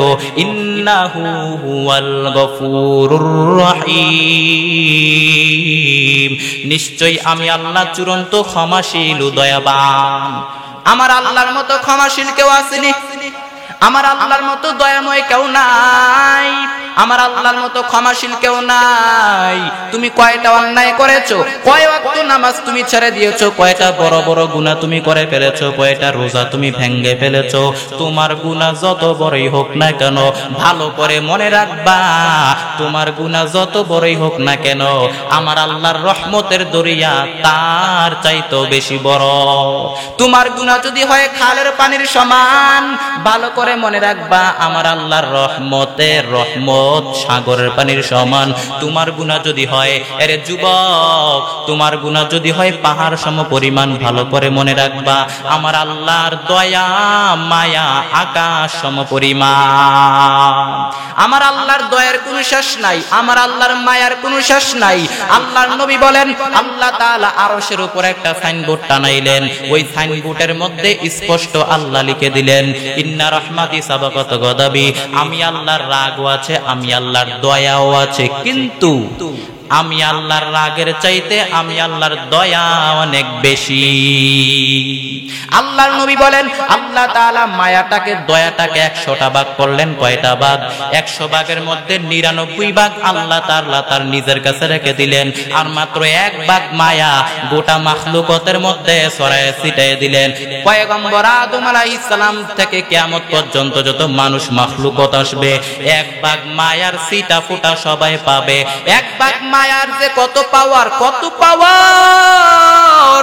1 ভাগ মায়ার যত পাওয়ার, সন্তানের সামনে মা বাবারে কেউ গালি দিতে পারে না, মা বাবার সামনে সন্তানরে কেউ কিছু করতে পারে না, মারতে পারে না, গালি দিতে পারে না। 1 ভাগ মায়ার যে এত পাওয়ার, 1 ভাগ মায়া দিয়েই কত ভালোবাসার গান আছে না নাই? আরে আল্লাহর গোলাম, আল্লাহর মায়ার কোনো শেষ নাই। আল্লাহর দয়া যে কত বড়, আমার আল্লাহর দয়া ও মায়া তো 99 গুণ। আমার আল্লাহর দয়াটা কেমন দয়া হবে চিন্তা করেন। এজন্য আল্লাহর কাছে তওবা করে নেন। আল্লাহর নবী হাদিসের মধ্যে জানায় দেয়, আত-তাইবু মিনাজ যামবি কামান লা যামবালা, গুনাহের থেকে তওবা করনেওয়ালা ব্যক্তি এমন হয়ে যায়, নবজাতক শিশু দুনিয়ার জমিনে আসার পরে ওই শিশুর আমলনামায় যেমন কোনো গুনাহ থাকে না, একজন গুনাহগার বান্দা যখন আল্লাহর কাছে খাঁটি নিয়তে তওবা করে নেয়, ওই গুনাহগার বান্দার আমলনামায়ও কোনো গুনাহ থাকে না। আল্লাহর নবী বলেন, কুল্লুকুম খাত্তাব ওয়া খায়রুল খাত্তাইয়াত তাওয়াবুন। আল্লাহর নবী বলেন, আরে উম্মত, তোমরা সবাই পাপী, তবে পাপীদের মধ্যে সবচেয়ে ভালো পাপী ওই পাপী যেই পাপী পাপ করার পর তওবা করতে দেরি করে না। এজন্য আল্লাহর কাছে তওবা করে নেন। তওবা করার 5টি শর্ত। কয়টি শর্ত? শুধু তাই না, আমার আল্লাহর নবীর কোনো গুনাহ নাই। নবীর কোনো গুনাহ আছে নি? ওয়াল্লাহি লা আস্তাগফিরুল্লাহ ওয়া আতুবু ইলাইহি আকসার মিন 70 মাররা। আল্লাহর নবী বলেন, আমি নবীর আগেও কোনো গুনাহ নাই, পরেও কোনো গুনাহ নাই। যেই নবীর আগেও কোনো গুনাহ নাই, পরেও কোনো গুনাহ নাই, ওই নবী যদি আল্লাহর কাছে এতবার তওবা করতে পারে, আর আমার মতো আপনার মতো বান্দার তো গুনার কোনো অভাব নাই, আপনার মতো আমার মতো গুনাহগার বান্দার কয়বার তওবা করার দরকার? এর আল্লাহর গোলামের জন্য আল্লাহর কাছে তওবা করব। আমরা আল্লাহর কাছে তওবা করব, কারণ আল্লাহর তো দয়ার কোনো শেষ নাই। আমাদের তওবা তিনি কবুল করে নেবেন। আল্লাহ তো বারবার আমাদেরকে ডাকে, ও বান্দা তুই তওবা কর। আমার তওবার দরজা সব সময় খোলা থাকে। তুই যেই সময় আমি আল্লাহরে ডাক দিবি, আমি আল্লাহ তোর ডাকের জবাব দিয়া দিব। ইবাদি আন্নী ফাইন্নী করিব উজিবু দাওয়াতাদ দাঈ ইযা দাআন ফালইস্তাজিবু লি ওয়াল ইউমিনু বি লাআল্লাহুম ইয়ারশুদুন। আল্লাহ বলেন বান্দা তুই আমারে ডাক দিতে দেরি হবে, আমি আল্লাহরে স্মরণ করতে দেরি হবে, আমি আল্লাহ তোকে তোর ডাকের সাড়া দিতে দেরি করব না। এজন্য আল্লাহর কাছে তওবা করো। তওবার 5টি শর্ত। কয়টি শর্ত? 1 নাম্বার শর্ত হলো আপনি আল্লাহর কাছে গুনাহ স্বীকার করবেন, আল্লাহকে ডাক দিয়ে বলবেন হে মালিক, আয় আল্লাহ আসমানের নিচে জমিনের উপরে আমার মতো গুনাহগার কেউ নাই, আয় আল্লাহ আমারে ছাড়া তোমার গোলামের কোনো অভাব নাই, কিন্তু তুমি ছাড়া আমার কেউ নাই, আয় আল্লাহ আমার মতো অধম বান্দারে তুমি মাফ করে দাও। ওয়া মাইয়াগফিরুয যুনুবা ইল্লাল্লাহ, তুমি যদি মাফ না করো আমি কার কাছে যাব রে আল্লাহ, তুমি আমারে মাফ করে দাও। আল্লাহর নবী বলেন আল্লাহর কাছে 2টা পানির ফোঁটা সবচেয়ে বেশি প্রিয়। 1 নাম্বার হলো গুনাহগার ব্যক্তির তওবার চোখের পানি, 2 নাম্বার হলো জিহাদের ময়দানে রক্তের ফোঁটা। এই 2টা ফোঁটা আল্লাহর কাছে সবচাইতে বেশি প্রিয়। এরপরে তওবা করার 2 নাম্বার শর্ত, আপনি আল্লাহর কাছে অনুতপ্ত হবেন। আদম আলাইহিস সালাম তাই করেছেন, আল্লাহর কাছে অনুতপ্ত হয়েছেন। আর একটা দোয়া আমাদের জন্য রেখে গেলেন, তওবা আমাদের জন্য রেখে গেলেন। সবাই পড়েন, রব্বানা যালামনা আনফুসানা ওয়া ইল্লাম তাগফির লানা ওয়া তারহামনা লানাকুনান্না মিনাল খাসিরিন। রব্বানা, হে আমাদের রব, যালামনা আমরা জুলুম করেছি, আনফুসানা আমাদের নফসের উপর, ওয়া ইল্লাম তাগফির লানা যদি তুমি ক্ষমা না করো, ওয়া তারহামনা দয়া না করো, লানাকুনান্না মিনাল খাসিরিন আমরা ক্ষতিগ্রস্ত হয়ে যাব রে আল্লাহ। দেখছেন কত সুন্দর তওবা। আদম আলাইহিস সালাম এই দোয়াটা করার পর, তওবাটা করার পর আদম আলাইহিস সালামকে 100 বছর পরেও মাফ করে দিলেন কে? আমরা তো আদম সন্তান, আমরাও যদি তওবাটা করি আমাদেরকেও মাফ করে দিবেন কে? এজন্য আমরা তওবা করব কার কাছে? আল্লাহর কাছে তওবা করব। এরপরে তওবা করার 2-3 নাম্বার শর্ত হলো আপনি যেই গুনাহটা করেছেন ওই গুনাহটার করবেন না। 4 নাম্বার শর্ত ওই গুনাহটাকে ঘৃণা করবেন। 5 নাম্বার শর্ত আপনি আল্লাহর কাছে ওয়াদাবদ্ধ হবেন, আল্লাহকে ডাক দিয়ে বলবেন হে মালিক, আয় আল্লাহ কত গুনাহ করেছি, অন্যায় করেছি, নাফরমানি করেছি, আল্লাহ তুমি ছাড়া তো কেউ দেখে নাই, আয় আল্লাহ আজকে থেকে ওয়াদা করলাম জীবনে যত গুনাহ করেছি আর গুনাহ করব না। তো দিয়া যদি আপনি আল্লাহর কাছে তওবা করেন, তওবা কবুল করে নেবেন কে? এজন্য যুবক আল্লাহর কাছে তওবা করে নাও। আমি আপনাদেরকে তওবার দিকে আহ্বান করতেছি। যদি কোনো বান্দা এখানে তওবা করে নাই তাহলে আমারও সার্থক হয়ে যাবে, মাহফিলটাও সফল হয়ে যাবে, সার্থক হয়ে যাবে। আরে আল্লাহর গোলাম, এজন্য আল্লাহর কাছে তওবা করে নাও। আল্লাহ বলেন যেই বান্দা আমি আল্লাহর কাছে চোখের পানি ছেড়ে দিয়ে আমি আল্লাহর কাছে তওবা করে নেই, আমি আল্লাহ ওই বান্দার তওবা কবুল করতে দেরি করি না। আল্লাহ বলে বান্দা তুই আমার কাছে যতটুকু আগাবি তার চাইতেও আমি তোর দিকে আগায় যাই, তার চাইতে তুই 1 হাত আগাইলে আমি আল্লাহ 2 হাত আগায় যাব। এজন্য তওবা করে নাও। 2 সময় তওবা কবুল হয় না, সময় হারায় গেলে হবে না। কয় সময় তওবা কবুল হয় না? 2 সময়। নাম্বার হলো সূর্যটা যখন পূর্ব দিক থেকে না ওঠে, যখন পশ্চিম দিক দিয়ে ওঠা শুরু করবে তখন তওবা করার কোনো সুযোগ নাই। 2 নাম্বার তওবার 2 নাম্বার হলো মালাকুল মউত যখন আপনার রূহটা ধরে টান দিবে তখন আর তওবা করার সুযোগ নাই। অনেকে দেখবেন ডাক দিয়া কয় মরণের সময়, অনেকে কয় হুজুরের ডাক দিয়ে তাড়াতাড়ি তওবা করমু। মরার আগে তওবা করে, মরার আগে এতদিন তওবা করার সুযোগ পাইছেন, ওই মরার আগে গিয়ে তওবা করব। তওবা কি শুধু মরার আগে নাকি সারা জীবন তওবা করতে হবে? এজন্য আমরা সব সময় আল্লাহর কাছে তওবা করব। আল্লাহর নবী 70 বারেরও বেশি তওবা করতেন, আমরাও বেশি বেশি করে আল্লাহর কাছে তওবা করব। আমাদের গুনাহ আল্লাহ মাফ করে দিবেন। আরে আল্লাহর গোলাম, আমার আল্লাহর মতো দয়াময় কেউ নাই। তোমার চাইতো কত বড় গুনাহগারদেরকে আল্লাহ মাফ করে দিয়েছেন। হয়তো যুবকেরা মনে মনে ভাবতেছে এত পরিমাণ গুনাহ করে ফেললাম, এত অন্যায় করে ফেললাম, আমার এত আল্লাহ মাফ করবে না। অনেকে মনে মনে ভাবে এত বড় গুনাহ করিয়া ফেলাইলাম, আল্লাহ তো মনে আমাকে মাফ করবে না। ভুল। কিন্তু বান্দা তুমি জানো না আল্লাহর তওবার দরজা কত বড়, তোমার চাইতেও বড় বড় অন্যায়কারীদেরকে মাফ করে দিয়েছে। বনি ইসরাইলের এক যুবক, হাদিসের বর্ণনা, বনি ইসরাইলের এক যুবক 99টা হত্যা করেছে। কয়টা হত্যা? 99টা খুন করেছে। 99টা মার্ডার করার পর আল্লাহর ভয় একটু অন্তরে আসছে, তওবা করবে করবে ভাব। এক মৌলবীরে ডাক দেয়া বলে, হুজুর আমি তো 99টা খুন করে ফেললাম, 99টা হত্যা করে ফেললাম, আমার নাজাতের কোনো পথ আসেনি। কয় কি 99টা মাইরা আবার তওবার পথ খোঁজো তুমি? সাহস তো কম না। বলে কোন কি? যা কোন স্পষ্ট কোন, ক্ষমা পাবো? কয় ক্ষমা নাই তোর কপালে। কয় তাহলে আপনারাও রাই খেলাম নাই। 99টা জন হইছে তখন পুরাটাই করে ফেলি, সেঞ্চুরি করে লাইছে। এইবার ইডারও সাইজ করে দৌড়ায়, 100টা পূর্ণ করে লাইছে। ইডারও হত্যা করে দৌড়ায়। কিছুক্ষণ পর আল্লাহর আরেকজন খাস বান্দার সাথে মোলাকাত হয়ে গেল, আলেমের সাথে সাক্ষাৎ হয়ে গেল। ডাক দিয়া বলে, হযরত আমি তো এত বড় গুনাহ করিয়া ফেলাইলাম, আমি তো 99টা হত্যা করে ফেললাম, 99টা মার্ডার করে ফেললাম, আমার ক্ষমার কোনো রাস্তা আসেনি, নাজাতের কোনো রাস্তা আসেনি, আল্লাহ আমারে মাফ করবেনি? ওই আল্লাহর বান্দা ডাক দিয়া বলে, রে যুবক, তুই যদি পাহাড় সম পরিমাণ গুনাহ কইরাও যদি আল্লাহর কাছে খাঁটি অন্তরে তওবা করতে পারো, এর বান্দা তোর গুনাহ যত বড়ই হোক না কেন, আমার আল্লাহর রহমতের দরিয়া তার চাইতেও বেশি বড়। তুই যদি আল্লাহর কাছে খাঁটি নিয়তে তওবা করতে পারো, আমার আল্লাহ তোকে মাফ করে দিবে। এইবার যুবক ডাক দিয়া বলল, কোথায় গিয়ে তওবা করব? বলে অমুক জায়গায় এক আল্লাহর ওলি আছে, যাও গিয়ে তওবা করো।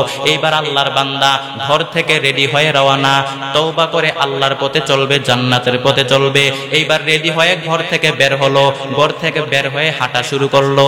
মাঝখানে আজরাইল এসে জানটা কবজ করে ফেললো। দেখছেন নি কখন মরণ হয়? মরণের কোনো গ্যারান্টি আছে? আজরাইল এসে জানটা কবজ করে ফেলল। এবার জান্নাতের ফেরেশতারা আসছে, তাকে জান্নাতের মধ্যে নিয়ে যাবে। জান্নাতের ফেরেশতারা বলে, আমরা তাকে জান্নাতে নিয়ে যাব, কারণ সে গুনাহ ছাড়িয়া তওবার নিয়তে রওনা হয়েছে, এজন্য আমরা তাকে জান্নাতে নিয়ে যাব। জাহান্নামের ফেরেশতারা কয়, না না, তওবা করা এখনো শেষ হয় নাই, অতএব মাঝখানে গিয়া তো আবার ফিরতে পারে, অতএব আমি এখন তাকে জাহান্নামে নিয়ে যাব। দুই দল ফেরেশতাদের মধ্যে তর্ক শুরু হয়ে গেল, ঝগড়া শুরু হয়ে গেল। আল্লাহ তাআলা ফেরেশতাকে পাঠিয়ে দিলেন, ডাক দিয়া বললেন, ফেরেশতা যাও সমাধান করে দাও। দেখো যেই জায়গায় যুবক মারা গেল, ওই জায়গা থেকে যুবকের বাড়ি কাছে নাকি আল্লাহর ওলির বাড়ি কাছে? যেটা কাছে হবে ওই অনুযায়ী তার বিচার হবে। যদি যুবকের বাড়ি কাছে হয়, আল্লাহর ওয়ালার বাড়ি দূরে হয়, তাহলে জাহান্নামের ফেরেশতারা পাবে তাকে জাহান্নামে নিয়ে যাবে।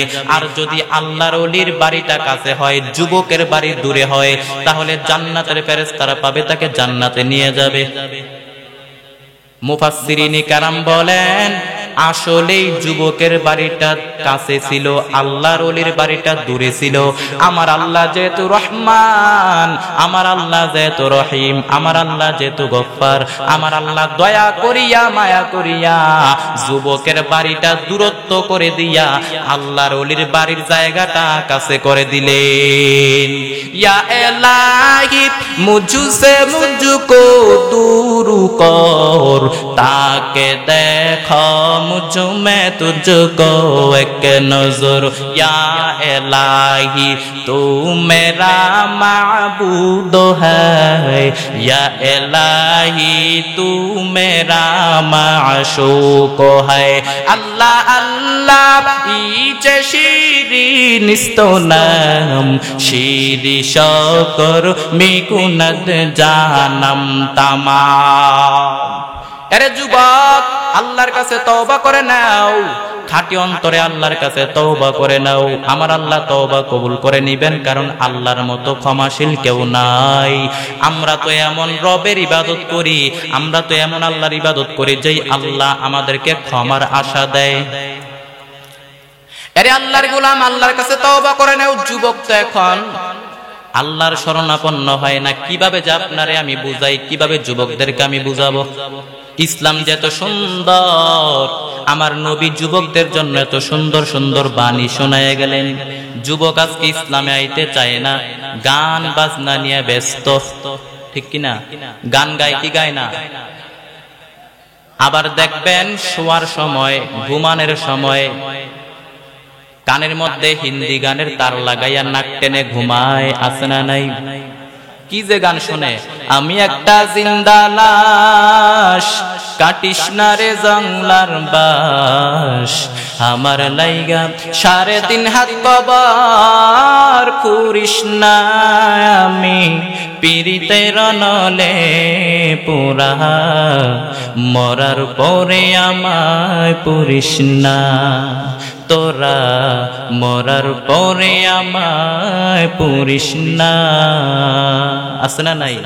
গানের প্রথম লাইনে বলতেছে তুই আমার কবর দিস না, এরপরে বলতেছে তুই আমার আগুনে পুরিস না। আচ্ছা বলেন তো, মুসলমান কি শ্মশানে নিয়ে আগুনে পুরে নাকি কবর দেয়?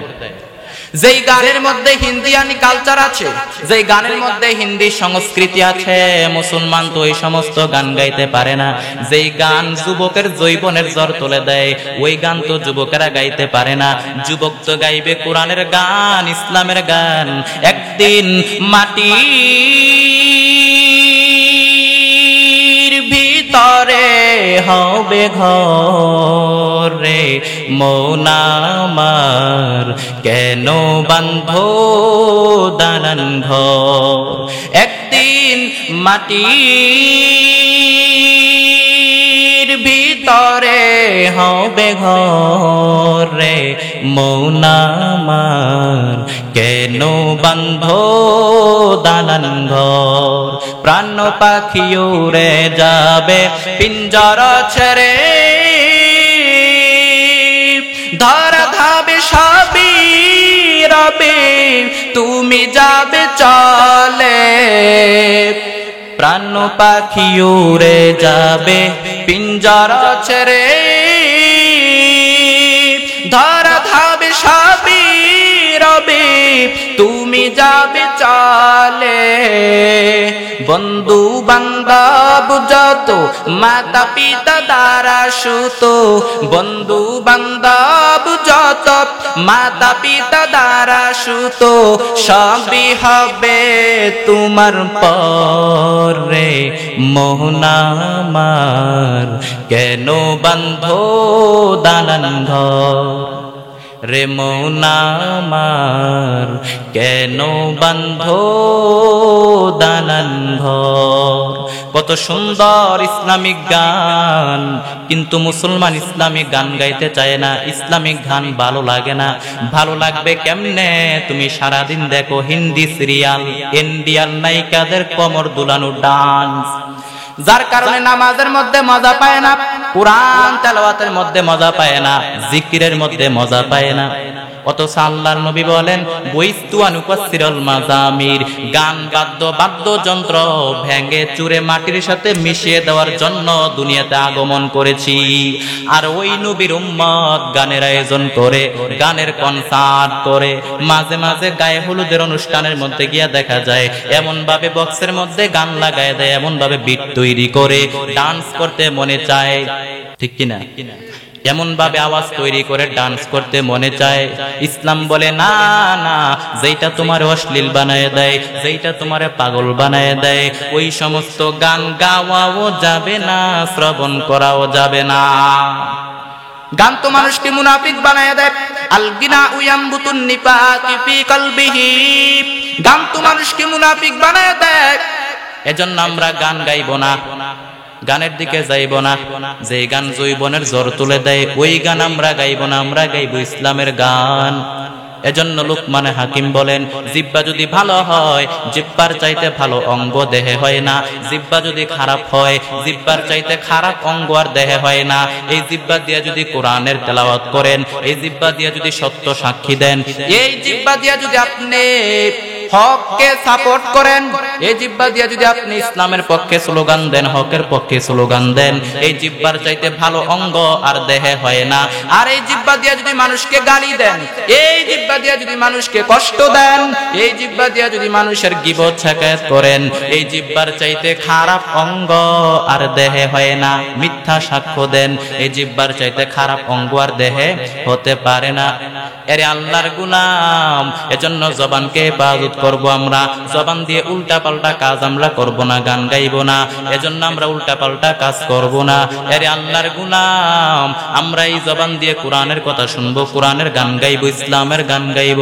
আল্লাহর নবী বলেন ইয়া আইয়ুহাল্লাযীনা আমানুত্তাকুল্লাহ, আল্লাহ তাআলা বলেন ইয়া আইয়ুহাল্লাযীনা আমানুত্তাকুল্লাহা ওয়া কুলু কাওলান সাদীদা।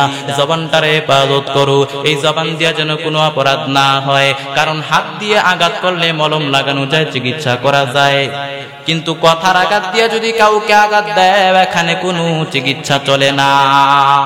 আল্লাহর নবী বলেন আল মুসলিমু মান সালিমাল মুসলিমুনা মিন লিসানিহি ওয়া ইয়াদিহি। খাঁটি মুসলমান ওই ব্যক্তি যার হাত এবং জবান দ্বারা মানুষ কষ্ট পায় নাকি শান্তি পায়? শান্তি পায়।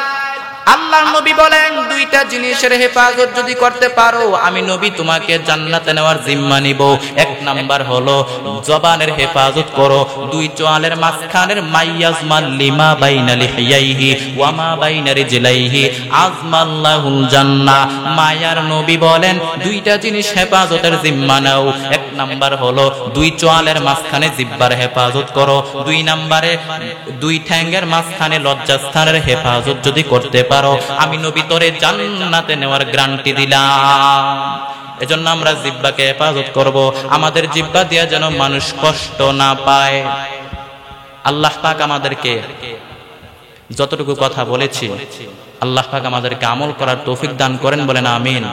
যুবকদের জন্য কিছু নসিহত। হে যুবক ভাইরা, গুরুত্বপূর্ণ নসিহত, যদি একটু কাজে লাগান আমারও সার্থক হবে, আজকের মাহফিলটাও সার্থক হয়ে যাবে। হে যুবক, 5 ওয়াক্ত নামাজ ছাড়বেন না।